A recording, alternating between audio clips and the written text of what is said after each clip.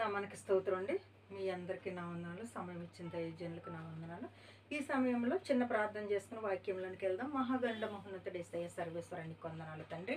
నీ కృపను బట్టి ప్రేమను బట్టి ప్రభా ఇంతవరకు స్త్రీలు కొడుకులు నా ప్రభా ప్రార్థనల పాటల ఆరాధనలు నువ్వు తోడుగా ఉండి నాయన బిడ్డలందరినీ నువ్వు నడిపించిన విధానం కొరకు స్తోత్రాలు. కూడి వచ్చిన ఈ జనాంగాన్ని అంతటి మీరు దీవించండి అయ్యా, నీకు స్తోత్రాలు. ఇదిగో ప్రభా బిడ్డలు ఇంతవరకు నీకు మొరబెట్టి ఉన్నారు దేవా. ఇప్పుడు ఆ బిడ్డలతో నువ్వు మాట్లాడు నాయన.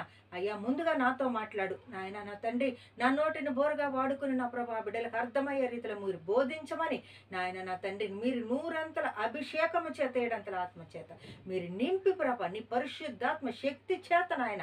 నా తండ్రి ఇక్కడ ప్రతి బిడ్డ పైన నా తండ్రి మీరు కుమ్మరించమని యేసయ్య అతి పరిశుద్ధ నామములో బ్రతిమలాడి వేడుకొంచున్నాము తండ్రి. ఆమేన్ ఆమేన్ ఆమేన్. వందనాలండి. మరొకసారి వందనాలండి. అందరికీ వందనాలు. దైవజనులకు కూడా నా వందనాలండి. ఇక్కడ చూసుకుందాం చూడండి. కీర్తన 103:15 వచనం ఒకసారి చదవండి అమ్మా.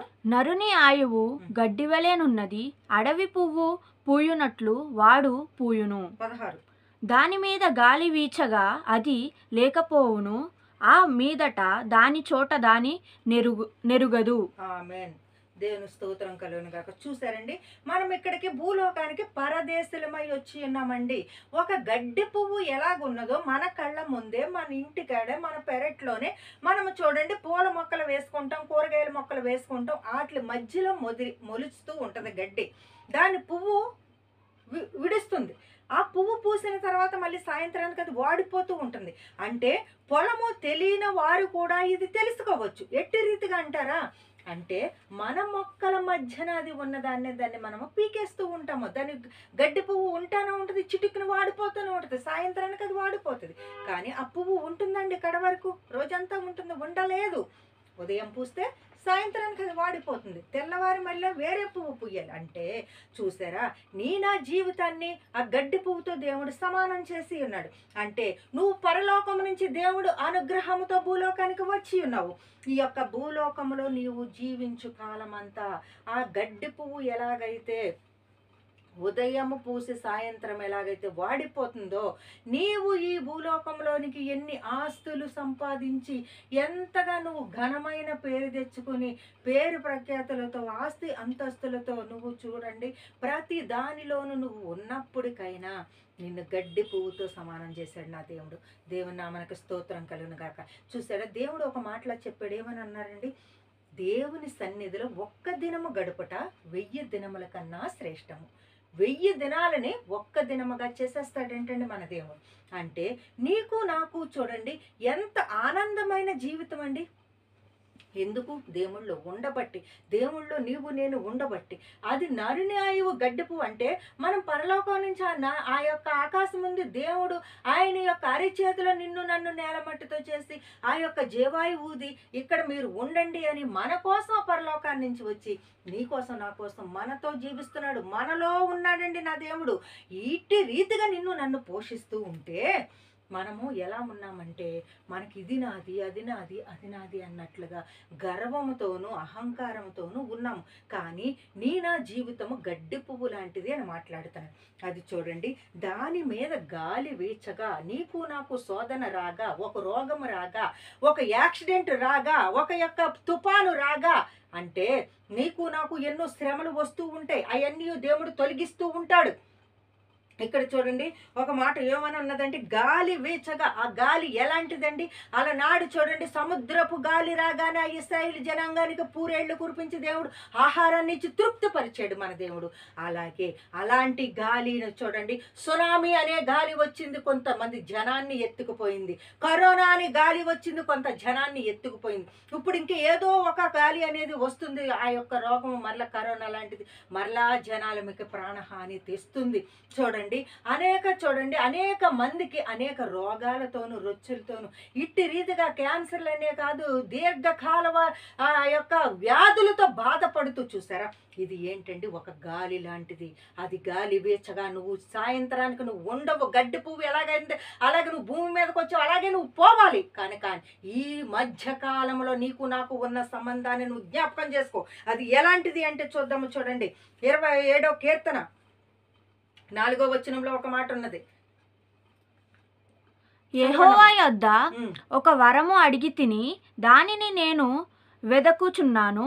యెహోవా ప్రసన్నతను చూచుటకును ఆయన ఆలయములో ధ్యానించుటకును నా జీవితకాలమంతయు నేను యెహోవా మందిరములో నివాసింపగోరుచున్నాను. ఆమేన్. దేవుని నామానికి స్తోత్రం కలుగును. చూసారండి, ఇది ఎలాంటిదండి? మన ఆయువు గడ్డి పువ్వు లాంటిది. అది గాలి వెచ్చగా అది లేకపోను. అదే అలాగే నీకు నాకు ఒక రోగమో ఒక యాక్సిడెంటో ఒక సమస్య ఏదో ఒకటి రాగానే చూడండి, పచ్చికాయలు లాంటి పసిబిడ్డలు ఆ యొక్క ఊరిలని ఆ యొక్క చూడండి ఆత్మహత్యలని రకరకాలు. అదంటే ఒక సాతాన్ అనేది ఒక గాలి వీస్తుంది అంటే ఈ యొక్క ఆ గడ్డి పువ్వు ఉదయాన్నే పుట్టింది, సాయంత్రానికి ఆ యొక్క సాతాన్ అనే గాలి వీచగా అది చనిపోతుంది. అంటే పరలోకం నుంచి నువ్వు వచ్చి ఉన్నావు. నీ ఆయుష్ ఎంత అయినా 1000 దినాలు ఒక దినంగా చేసే మన దేవుడు ఉన్నాడు కదండి. ఆ 1000 దినాలని ఒక దినముగా చేసేసాడు కదండి మన దేవుడు. మనల్ని ఒక్క దినము మనం దేవుళ్ళో గడుపుతా దాన్ని 1000 దినాలుగా చేశాడు. ఆ ఒక్క దినము మనస్ఫూర్తి అయిన దినము అంటే నీవు నేను సంతోషముగా దేవుళ్ళో గడిపిన దినం 1000 దినాలుగా దేవుడు పండగ. ఆ యొక్క ఆకాశంలో ఆ యొక్క దేవదూతలందరూ పరలోక రాజ్యంలో విందు చేసుకునే సమయం చూడండి. అందుకని అంటారు చూడండి, ఒక్క ఆత్మ యొక్క లోకంలోనంటండి రక్షింపబడితే పరలోక రాజ్యంలోనంటే దేవదూతలు పండగ చేసుకుంటారంటండి. అందుకోసము మన దేవుడు ఇక్కడ ఈ మాటలు ఏమంటున్నాడు, యెహోవా యొద్ద ఒక వరం అడిగాను. ఆ వరం ఏంటి అనేది మనం చూసుకుందాం. చూడండి, యెహోవా యొద్ద ఒక వరం అడిగితిని దానిని నేను వెతుకుచున్నాను. దేవుని నామానికి స్తోత్రం కలుగును. వెతుకుతున్నాడు ఏంటండి, ఒక వరం అడిగాడు. చూడండి, మనం ఒక జాబ్కి వెళ్ళామండి, దీన్ని సింపుల్ గా చెప్పుకుందాం. ఒక జాబ్కి వెళ్ళామండి, ఆ జాబ్కి మనము ఆ జీతము తెచ్చుకోవాలంటే ఎన్ని రోజులు వెతకాలండి? అక్కడ నెల రోజులు వెతకాలి. నెల రోజులంతా అక్కడ కష్టపడి ఆ యొక్క 1st తారీఖు అయిన తర్వాత లాస్ట్ రోజు 31వ తారీఖున అతను జీతం ఇచ్చేదాకా వెతుకుతూ ఉండాలి. ఎందుకు? మనం అక్కడ కష్టపడి ఉన్నాము. ఆ కష్టం అనేది మనం వెతుకులాట. ఇక్కడ చూడండి, ఆ దాన్ని వెతుకుతున్నాడంటండి. వెతుకుచున్నాను, యెహోవా ప్రసన్నత చూచుటకును ఆయన ఆలయములో ధ్యానించుటకును నా జీవిత కాలమంతయు నేను యెహోవా మందిరములో నివసింపగోరుచున్నాను. అంటే యెహోవా మందిరంలో నివసించుట అంటే అండి ఆనందం అండి, సంతోషం అండి. ఆయన మందిరంలో గడపటం అంటే ఇప్పుడు చూడండి, నా ఆవరణము తక్కువన్నవాడు ఎవడు నిన్ను అనేసి దేవుడు ప్రశ్నిస్తున్నాడు చండి కీర్తన గ్రంథంలో. దానిలో ప్రశ్నించినప్పుడు ఆయన ఆవరణలో తొక్కటానికి ఆయన స్తుతించి నువ్వు ఎవడవు అని అడిగి ప్రశ్నించినప్పుడు మనం ఏం సమాధానం చెప్తామండి మన దేవుడికి? ఏమీ చెప్పలేం. ఎందుకంటే దేవుని పిల్లలమై మనం ఉన్నాము. చూడండి, నిన్ను నేను మంచిగా పెంచుతుంటే నువ్వు కారు ద్రాక్షలు కాచేదానిలాగా అయిపోతున్నావు. ఇక్కడ చూడండి ఈ యొక్క నక్క విన్యాసాలు నువ్వు చేస్తున్నావు. అవన్నీ నువ్వు తగ్గించుకోవాలి అంటే ఇక్కడ దేవుని యందు ఒక వరం అడిగాను. ఆ వరము ఫలించాలి అంటే దాన్ని వెతకాలి. దేవుడు నువ్వు వరం అడిగావు, ఆయన ఇచ్చాడు. అంటే నువ్వు ఒక జాబ్ అడిగావు, ఆయన ఇచ్చాడు. ఆ జాబ్లో నువ్వు నెల రోజులు కష్టపడాలి అంటే అక్కడ వెతకాలి. ఆ జాబు జీతం అనేది వరం అనేది వస్తుంది. అది నీ పోషణకి నీ యొక్క ఆరోగ్యానికి మంచిది. దానిని ధ్యానించుటకును జీవితకాలం అంతయు నేను యెహోవా మందిరంలో నివసింపగోరుచున్నాను. దేవుని స్తోత్రం కలుగును గాక.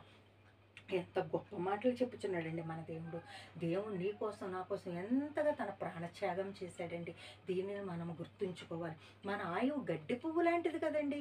ఆ గడ్డి పువ్వు లాంటి బిడ్డని ఎంతగా ప్రేమించాడండి, ఎంత ఘనముగా. చూడండి, నీచమైన దాన్ని ఘనముగా చేసే మన దేవుడు ఉండగా. ఇంకొక మాట చూడండి, కీర్తన 103:18 వచ్చిన ఒక మాట ఉన్నట్టు చూద్దాం. చూడండి, ఆయన కృప యుగయుగములు నిలుచును, ఆయన నీతి వారికి పిల్లల పిల్లల తరమున నిలుచును. ఆమేన్. చూసారా, ఈ యొక్క ఆశీర్వాదం చూడండి, దాన్ని ఒక్క దినాన్ని 1000 దినంగా చేయడం అంటే అదే నీ పిల్లల పిల్లలని. ఆమేన్. దేవుని నామమునకు స్తోత్రం కలుగును గాక. దేవుని ఆశీర్వాదం చూసారండి, ఆయన కోపము నిమిషం మాత్రమే ఉంటుందండి. ఆయన దయ ఆయుష్కాలం అంతయు ఉంటుందండి. ఇక్కడ చూడండి, ఆయన కృప యుగ యుగములో నిలుచును, ఆయన నీతి వారికి పిల్లల పిల్లల తరములో నిలుచునంటండి. చూసారా, పిల్లల పిల్లలకి కూడా ఆయన ఆశీర్వదిస్తాడంటే. అందుకనే తల్లిదండ్రులు చేసిన పాపం బిడ్డల మీదకి వస్తుంది, తల్లిదండ్రులు చేసిన నీతి కూడా మంచి చెడులు బిడ్డల మీదకి వస్తుంది. ఎవరికైనా నువ్వు పుణ్యం చేస్తే అది బిడ్డలను కాస్తుంది అనేసి లోక సామెత కూడా మన పెద్దలు చెబుతూ ఉంటారు. ఎవరికైనా నువ్వు కీడు తలం పెట్టకు, నువ్వు మేలు చేస్తే అది నీ బిడ్డలకి కాస్తుంది అని చెప్తారు. ఇది అదే దేవుడు చూడండి, యుగ యుగములు అంటే నిన్నే కదంటండి, నువ్వు చేసిన ఈ యొక్క దేవుని సన్నిధిలో ఈ ప్రార్థన, ఈ సేవా జీవితం, ఈ దేవుని సన్నిధిలో గడపటం, ఇది అంతయు నీ పిల్లల పిల్లలకి ఆశీర్వాదముగా వస్తుందంటండి.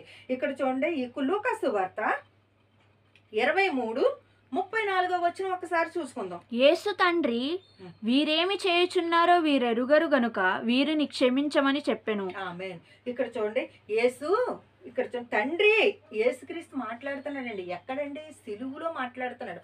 సిలువులోకి వెళ్ళాక కూడా నిన్ను నన్ను విడిచిపెట్టలేదండి ఆయన. తండ్రి వీరేమి చేయుచున్నారో వీరు ఎరుగురు గనక వీరిని క్షమించు. అందుకనే గడ్డి పువ్వు లాంటి జీవితము నీకు నాకు ఉన్నదే.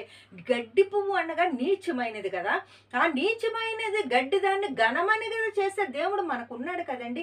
కానీ ఆ నీచమైన బుద్ధులు మనకు లేకుండా దాన్ని విడిచిపెట్టి దేవుని పాదాలు పట్టుకుని ఇక్కడ దేవుణ్ణి ఒక వరం అడిగాను, ఆ వరం మనకు దొరికే వరకు వెదురు చూద్దామని దేవుని సన్నిధిలో మనం ఉంటే అండి, ఇక్కడ అంటున్నారు తండ్రి వీరేమి చేస్తున్నారు వీరు ఎరుగురు గనక వీరిని క్షమించంటే మనము చేసే కొన్ని పొరపాట్లు, తప్పుదములు, అపరాధములు మన యొక్క విషయంలో ఉన్నాయన్నీ యెహోవా దేవుడికి విన్నపిస్తున్నాడండి మన యేసుక్రీస్తు వారు. ఏమని? తండ్రి వీరేమి చేయుచున్నారు వీరు ఎరుగు కనుక వీరిని క్షమించి వీరిని శిక్షించొద్దయ్యా. వీరు గడ్డి పువ్వు లాంటి వారయ్యా, ఉదయాన్న పుట్టి సాయంత్రం చనిపోయేవారయ్యా.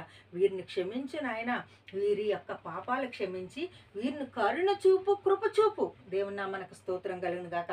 నేను ఒక వరం ఇచ్చానయ్యా, ఎందుకంటే యేసుక్రీస్తు నీకు నాకు ఒక వరం ఇచ్చాడు. ఏమని?